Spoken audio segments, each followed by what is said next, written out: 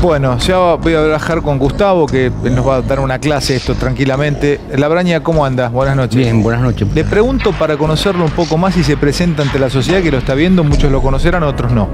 ¿Cómo hay que presentarlo entre tantas cosas?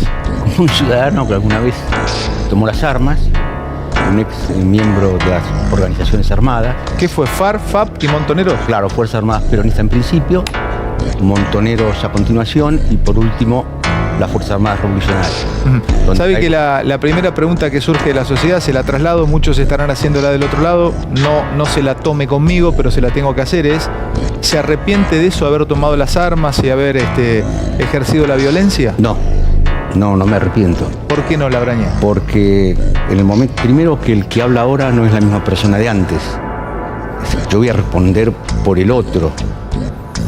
Cuando nosotros tomamos las armas, lo más importante de todo es que nadie ve es por qué sucedió lo que sucedió. No si tomamos las armas, si los montoneros fuimos malos o los militares fueron malos, sino qué es lo que sucedió en la Argentina para que una juventud culta, de familias pequeñas burguesas, familias altas, se lanzaran a la lucha armada. Eso no se lo pregunta a la gente. Nosotros somos casi todos la generación del baby boom. Pensemos que esa generación se construye a partir de la inmigración, a partir, fundamentalmente, el último eslabón fue la Guerra Civil Española. Para sacarlo y volver ya al tema del día, porque son pocos los minutos y queremos aprovecharlo, y los dejo con mi compañero. ¿Qué dice, qué piensa de la frase de Firmenich? Primero, ¿quién es Firmenich para usted? Fue uno de los montoneros que supuestamente mató a Aramburu, sí, de los que se hicieron cargo de la muerte de Aramburu. Siempre me quedan las dudas si ellos mataron a Aramburu.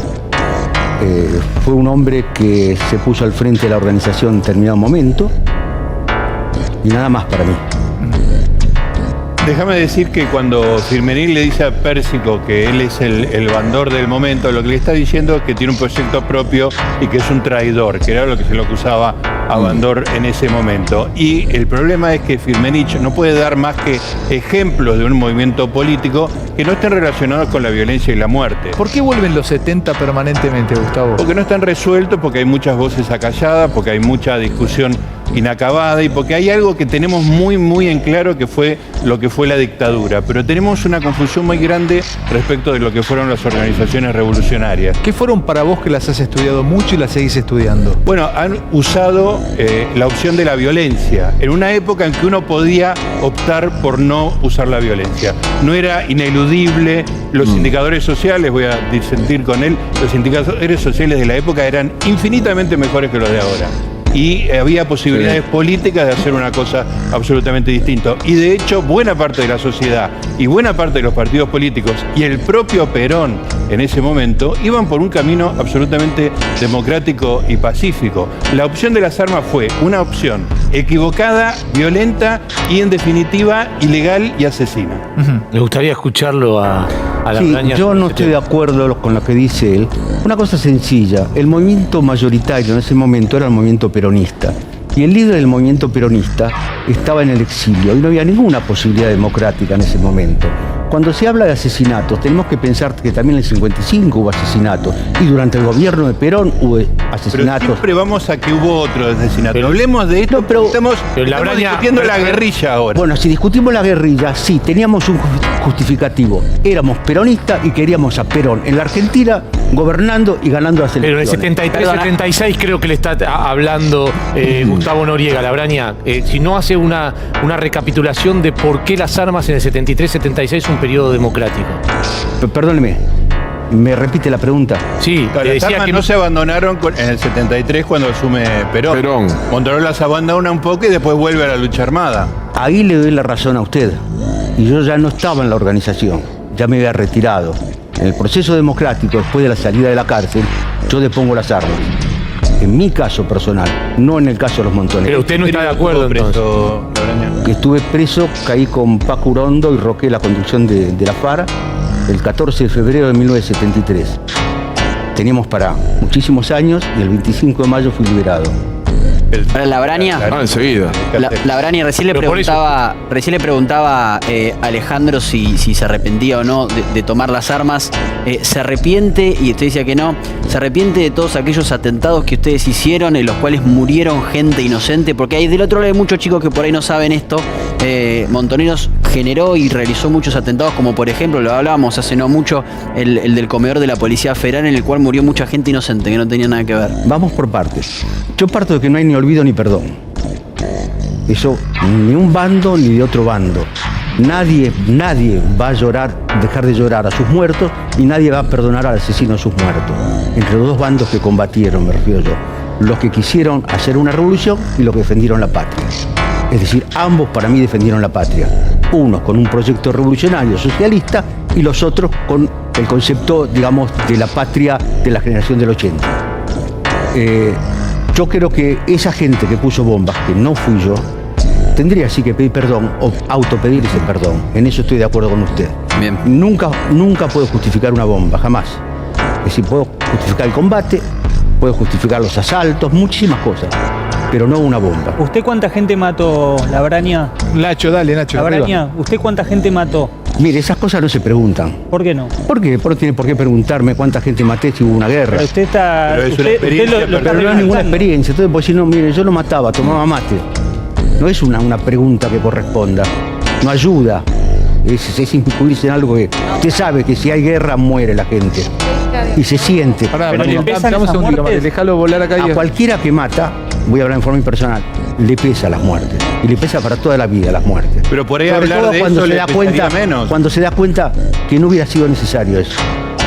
Por ahí hablar de eso Perdón, le Mariel, pesaría menos. Por ahí Sí. le pesa porque no lo habla. Yo no le dije que fuera el caso mío. Claro. Yo estoy hablando generalmente. Bueno, pero Caso se general. niega a contestar la pregunta. Sí, me niego a contestar la pregunta, me parece una pregunta fuera de lugar. El viernes pasado nosotros tuvimos acá la visita de una abogada que quiere Pero, enjuiciar a aquellas... Dale vos ahí. No, le porque quiero esto- preguntar Sí. si usted estaría, bueno, por ahí me dice que no, quizás sea lógico, pero hay quienes quieren enjuiciarlos a ustedes por esas muertes cometidas. Yo creo que hay una cosa, digamos, hay dos posturas. Mi postura es la postura ni olvido ni perdón, pero la concordia. Es decir, tenemos que dejar el paso de atrás. ¿Y qué significa la concordia? ¿Significa que yo voy a perdonar al que mató a mi hermano? ¿Significa que él va a perdonar al que mató a su hermano? No. en Una cosa es la absoluto. justicia, otra cosa es la concordia. Vamos por partes. Entonces, ¿la concordia qué significa? Significa trabajemos juntos para superar la brecha. ¿Cómo superamos la brecha? Con justicia. Un momento. Primero, para superar la brecha, lo que nosotros necesitamos es estar juntos. ¿Juntos en qué? En un objetivo común, en una construcción. Por ejemplo, siempre doy el mismo ejemplo. Su hijo y mi hijo van a la misma escuela. Usted no me puede ver, yo tampoco. Pero la escuela tiene problemas, la escuela tiene el techo roto y nadie lo arregla. Usted y yo lo vamos a reparar. Ahí hay una reconstrucción. Con respecto a la pregunta concreta que me hizo, ¿cuál fue? Digo que hay quienes quieren juzgar a la guerrilla por los crímenes cometidos. Bueno, pero que si creen que ¿Cuál es es tu correcto, opinión? que lo juzguen. Yo, por mi lado, estoy indultado. Si quieren Pero juzgar... perdón, ¿usted cree que es correcto el indulto? Porque usted lo pueden indultar, pero ¿siente que es correcto, que es justo? Sí, fue justo y correcto. ¿Por qué? Primero porque yo luché en un momento por lograr la democracia. Yo no luché para fines personales. O sea, yo no robé para fines personales, no asalté bancos para fines personales, no asalté blindados para fines Pero personales. mató, lo reconoce. No reconozco que maté. ¿Pero mató o no mató? ¿Por qué no lo reconoce? Discúlpeme, caballero. Si no hablamos de Una números, cosa pero... simple, Le una cosa pregunto, perdón, le pregunto bien, con altura. Claro. Usted me Yo no preguntó lo con reconozco. altura y yo con altura voy a contestar. Es decir, si yo no le pregunto a una persona, ¿usted tuvo un orgasmo? Porque si sale de un hotel ¿cuál es el alojamiento, problema de eso? si sale de un hotel alojamiento, yo supongo que tuvo un orgasmo. Entonces, si yo fui un combatiente o mis compañeros fueron combatientes, Pero ¿por qué no lo o los dice? militares, ¿por qué no me Discúlpeme, interesa ¿por qué no lo decirlo? dice? A ver. Porque no tengo por qué confesarme. Bueno, entonces supongamos. Pero entonces es una postura. Es una Discúlpeme, postura mía, es una personal. postura suya. A Es ver. una postura ¿Qué mía. mató? Yo si mato. A ver, si tengo un orgasmo, tengo un orgasmo. A ver. Perfecto, son cosas que yo no voy a contar. ¿Qué? Es muy difícil hablar del pero tema. entonces que hay hablemos de lugares ese tabú, lugar. pero Para Parece no que sabes qué pasa. tenemos Esto cosas es- más importantes para hablar sobre la reconstrucción de la Argentina que Caballero, la si una reconstrucción persona nace, habló o no discúlpeme, habló. La reconstrucción nace, discúlpeme, en que nos podamos amigar a través de la verdad. Si usted viene acá, se sienta y no nos dice la verdad de su vida, en este caso, yo no puedo decir la verdad de mi vida, ¿de qué carajo estamos hablando? Vamos a ver. Hay una frase de Malraux que es extraordinaria. El hombre es lo que esconde. Entonces yo no trato de encontrar lo que esconde el otro porque no me lo va a decir y voy a tener la desconfianza. Entonces quiero construir con el otro lo que el otro me da. Yo doy esto, no lo que usted me está pidiendo. Luis, ¿cómo es el tema de los 30.000 desaparecidos? Que usted tiene una idea muy concreta de cómo se llegó a esa cifra. Llegaron las madres de Plaza de Mayo a Ámsterdam y en ese momento traían una lista, una lista de unos 4.000 y pico de casos de personas desaparecidas y necesitaban dinero para solventar gastos y para tener un lugar propio, una casa propia. Los holandeses, que son gente muy solidaria, estuvieron dispuestos a ayudarla, pero presentaron una lista que, digamos, querían presentar un genocidio. Y los holandeses, Ámsterdam es una ciudad judía, decían, mire, nosotros tuvimos 6 millones de muertos, era un genocidio. Ustedes no pueden venir con este planteo.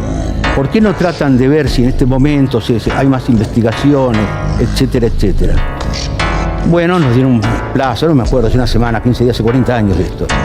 Y en ese periodo, lo que hicimos nosotros es aumentar las cifras.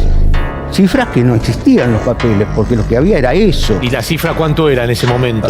Más o menos alrededor de 4.800. ¿Y cómo la aumentaron? Esa es la cifra que ustedes tenían. ¿Y cómo la aumentaron, la Braña? ¿Qué hicieron para aumentarla? ¿La inventaron? Sí, la inventamos. Nos juntamos, decidimos a ver cómo podíamos levantar las cifras. Del año. Se manejaron muchísimas cifras. Y bueno. Inventada. ¿Pero cómo lo inventaron?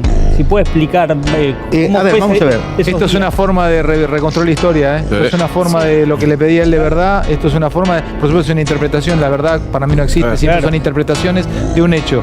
Cuente, la Braña, ¿cómo fue En ese principio, momento? la mentira en política es lo normal. En la guerra también es lo normal. La mentira era necesaria para conseguir ese dinero. Ese dinero para la madre de los desaparecidos. A nosotros nos parecía justa la causa. Dijimos varios números. Unos fueron 15.000, que estuvo más cerca, digamos. Otro 30.000 y otros disparates. Se aprobó 30.000 y quedó 30.000. Fui yo el que dijo 30.000. Pero lo dije... ¿Usted dijo 30.000? Sí, yo fui el que dije. Es decir, usted es Yo soy la persona que dijo 30.000 desaparecidos. Y no son. No son 30.000 desaparecidos. ¿Cuántos son? Oficialmente hay alrededor de 8.000 personas desaparecidas. Oficialmente. En 3 estudios diferentes e inclusive en el libro hecho en el gobierno de Kirchner.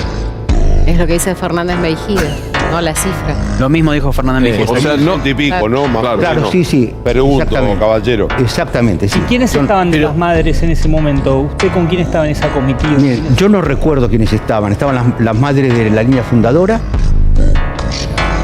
Creo que estaba Bonafini, estaba Bonafini, porque le saqué una foto en un puente para un periódico. Pero dejemos la pregunta abierta. ¿Qué madre aceptó esto? Che, pongamos el número de 30.000 para que cobrara una indemnización. Todas. Porque ¿Todas? Todas. Bueno. No, digamos, en ese momento para conseguir el dinero no era una cosa negativa. Lo negativo vino después. Lo negativo fue cuando, con esa cantidad de muertos que ya teníamos y desaparecidos, se aumentaron a 30.000 realmente que no existen. Y esos 22.000 personas que no existen son las que nosotros decimos que es una estafa. ¿Por qué es una estafa?